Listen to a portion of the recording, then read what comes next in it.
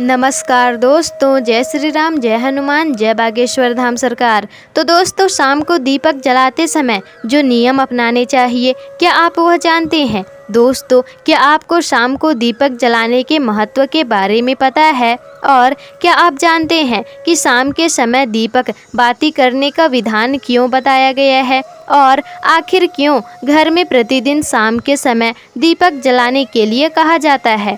और दोस्तों, शाम के किस समय पर घर में दीपक जलाना चाहिए, घर में कहां कहां पर दीपक जलाने चाहिए और कितनी संख्या में दीपक जलाने से हमें शुभ फलों की प्राप्ति होती है। तो दोस्तों, साथ ही हम बताएंगे तेल के दीपक जलाने से कितनी शुभ फलों की प्राप्ति होती है। आपको तेल का दीपक जलाना चाहिए या फिर घी का दीपक जलाना चाहिए, यह भी आपको बताएंगे।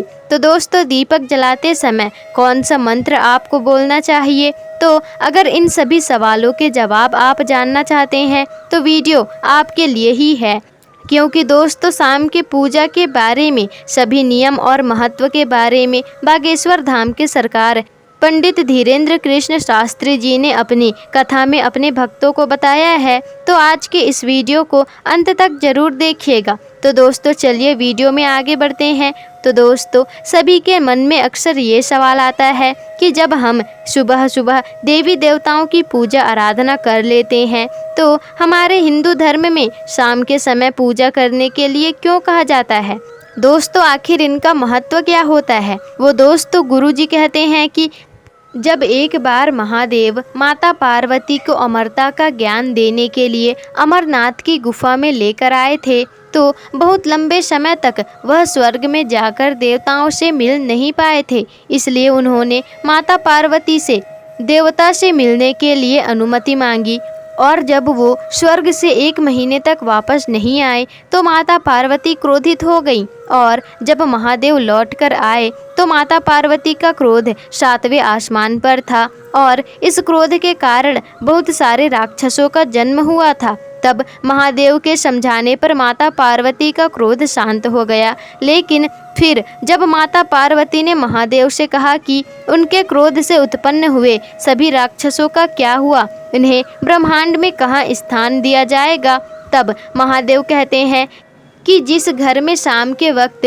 दिया बाती नहीं होगी, दीपक प्रज्वलित नहीं किया जाएगा, मंत्रों का उच्चारण नहीं होगा, आरती नहीं होगी, ऐसे घरों में ही इन सभी का निवास होगा। तो इसलिए शास्त्रों में शाम के समय दिया बाती करने का इतना महत्व बताया गया है ताकि आपके घर पर भूत प्रेतों और राक्षसों का वास ना हो। लेकिन अब यह सवाल है कि शाम में किस समय दीपक आपको जलाना चाहिए, किस समय दीपक बाती आपको करनी चाहिए। तो दोस्तों, इस समय के बारे में गुरुजी कहते हैं कि जब सूर्य अस्त होता है और दोनों समय का आपस में मिलन होता है, उस समय घर में दीपक बाती करना बहुत ही शुभ माना जाता है। दोस्तों, आपको शाम के समय दीपक बाती करने के लिए वह समय चुनना चाहिए जब ना तो रात्रि हो और ना ही दिन का समय हो। आमतौर पर दोस्तों, शाम को 6 बजे से लेकर 8 बजे तक दीपक जलाना चाहिए, यह शुभ माना जाता है। इसी के साथ दोस्तों, गुरुजी का कहना है कि हमें अपने घर में रोजाना शाम को कम से कम 5 दीपक अवश्य ही जलाने चाहिए, जिनमें पहला दीपक आप अपने गुरु के नाम पर और दूसरा दीपक अपने घर के मंदिर में सभी देवताओं को समर्पित करना चाहिए आपको। दोस्तों, तीसरा दीपक अन्नपूर्णा माता को और चौथा दीपक आपको अपने घर के मुख्य द्वार पर माता लक्ष्मी का स्मरण करके आपको जलाना चाहिए। दोस्तों, दीपक अपने घर में और आंगन में लगी हुई तुलसी के पौधे के पास भी आपको एक दीपक अवश्य ही जलाना चाहिए। दोस्तों, जो मनुष्य अपने घर में 5 स्थानों पर दीपक जलाते हैं, उनके घर की सभी नकारात्मक शक्तियाँ उनके घर से दूर हो जाती हैं।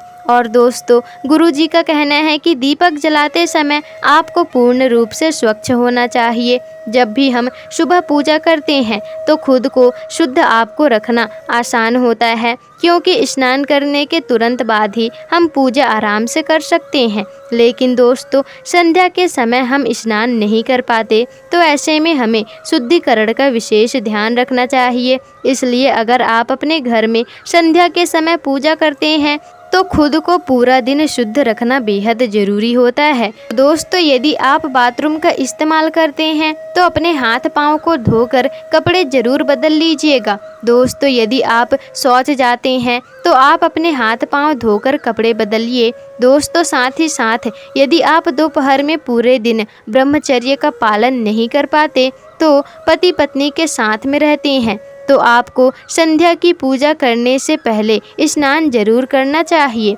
दोस्तों, साथ ही अपने कपड़ों को भी स्वच्छ रखना चाहिए। दोस्तों, गुरुजी बताते हैं कि संध्या का जो समय होता है उस समय माता लक्ष्मी और उनकी बहन अलक्ष्मी दोनों ही बाहर में निकलते हैं घूमने के लिए। तो दोस्तों, उस समय वह दोनों भ्रमण कर रहे होते हैं। तो जिन लोगों के घर के मुख्य द्वार पर दीपक जले होते हैं, ऐसे घरों में माता लक्ष्मी प्रवेश कर जाती हैं, और जिन घरों में अंधेरा होता है माता लक्ष्मी की बहन अलक्ष्मी निवास करती हैं। तो इसलिए कहा जाता है कि सूरज डूबने के बाद अपने घरों में सभी लाइटों को जला लेना चाहिए और अपने घरों में रोशनी अवश्य करनी चाहिए। दोस्तों, और अपने घर के मुख्य द्वार को हल्दी से लीप कर उस पर कुमकुम से स्वास्तिक अवश्य बनाएं, और इस पर दोस्तों शुद्ध घी का एक दीपक आप अवश्य जलाकर घंटी का स्वर अपने घर में आपको जरूर करना चाहिए, और माता लक्ष्मी से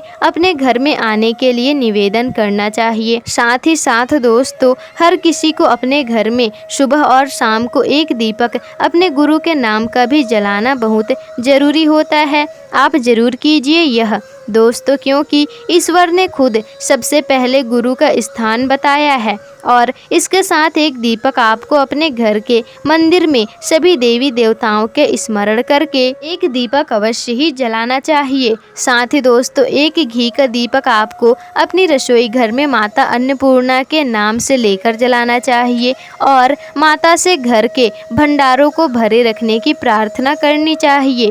वहीं जो लोग संध्या के समय एक दीपक अपनी तुलसी के क्यारी में जलाते हैं, उनके घर में दरिद्रता कभी भी प्रवेश नहीं करती, और दोस्तों ऐसे घर में कभी भी नकारात्मक शक्तियां तो वास कर ही नहीं पाती। साथ ही कुछ लोग यह भी जानना चाहते हैं कि अपने घर में हमें दीपक कैसे जलाना चाहिए। तो दोस्तों, अपने घर में दीपक जलाने वाले दीपक घी के होने चाहिए या फिर सरसों के तेल के। इसके बारे में गुरुजी कहते हैं कि सरसों के तेल के दीपक विशेष मनोकामना की पूर्ति के लिए या फिर विशेष सिद्धि के लिए जलाए जाते हैं, और हर किसी देवी देवता के सामने सरसों के तेल का दीपक नहीं जलाया जाता। सरसों के तेल का दीपक काली माता, शनि देव, पीपल के वृक्ष के नीचे ही जलाना चाहिए। दोस्तों, कभी कभी जब हनुमान जी की सिद्धि करते हैं तो उनके सामने भी सरसों के तेल का दीपक जलाते हैं। दोस्तों, लेकिन आप अपने घर में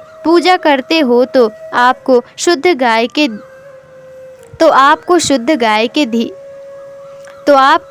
गाय के घी का दीपक ही जलाना चाहिए, तभी आपको पूर्ण फलों की प्राप्ति होती है।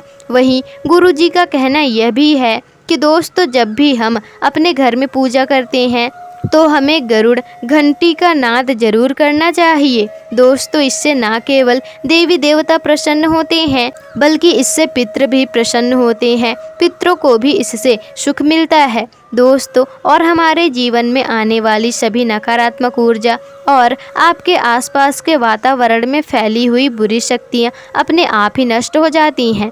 दोस्तों, साथ ही अब आपको यह भी बता देते हैं कि गुरुजी ने पूजा के समय कौन सा मंत्र जप करने के लिए महिलाओं को कहा है। तो दोस्तों, गुरुजी कहते हैं कि आप जिस भी इष्ट देवता को मानते हैं या फिर आप जिस भी देवी देवता की पूजा पाठ करते हैं, तो आप उस देवी देवता का मंत्र शाम के समय पूजा के दौरान अवश्य बोल सकते हैं। दोस्तों, जैसे कि यदि आप महादेव के भक्त हैं तो आप पूजा करते समय महादेव की आरती गा सकते हैं तथा महादेव के मंत्र ओम नमः शिवाय या फिर श्री शिवाय नमस्तुभ्यम का जाप भी आप कर सकते हैं। दोस्तों, यदि आप लक्ष्मी की भक्त हैं तो आप माता लक्ष्मी की आरती कर सकती हैं और ओम महालक्ष्मी नमः इस मंत्र का आप जाप कर सकते हैं। दोस्तों, वहीं जो लोग हनुमान जी की पूजा करते हैं तो वह ओम हनुमते नमः इस मंत्र का जाप कर सकते हैं। साथ ही अगर आप जिस भी देवी देवता को मानते हैं या फिर जिसे भी अपना इष्ट देव मानते हैं तो आप शाम के समय उस देवी देवता की आराधना कर सकते हैं। दोस्तों, आपको पूजा का पूर्ण फल नहीं मिलेगा, तो ये गुरु जी के बताए हुए संध्या के पूजन के कुछ नियम जिन्हें अपने जीवन में आजमा कर आप पूर्ण फलों की प्राप्ति कर सकते हैं। तो दोस्तों, आप यह नियम जरूर ही अपनाइएगा और क्या लाभ हुआ हमें कमेंट करके जरूर बताइएगा। और अगर वीडियो पसंद आई हो तो वीडियो को लाइक, शेयर, कमेंट और चैनल को सब्सक्राइब जरूर ही कर दीजिएगा, जिससे कि ऐसे ही जानकारी पूर्वक वीडियोस आपको आगे भी मिल सके।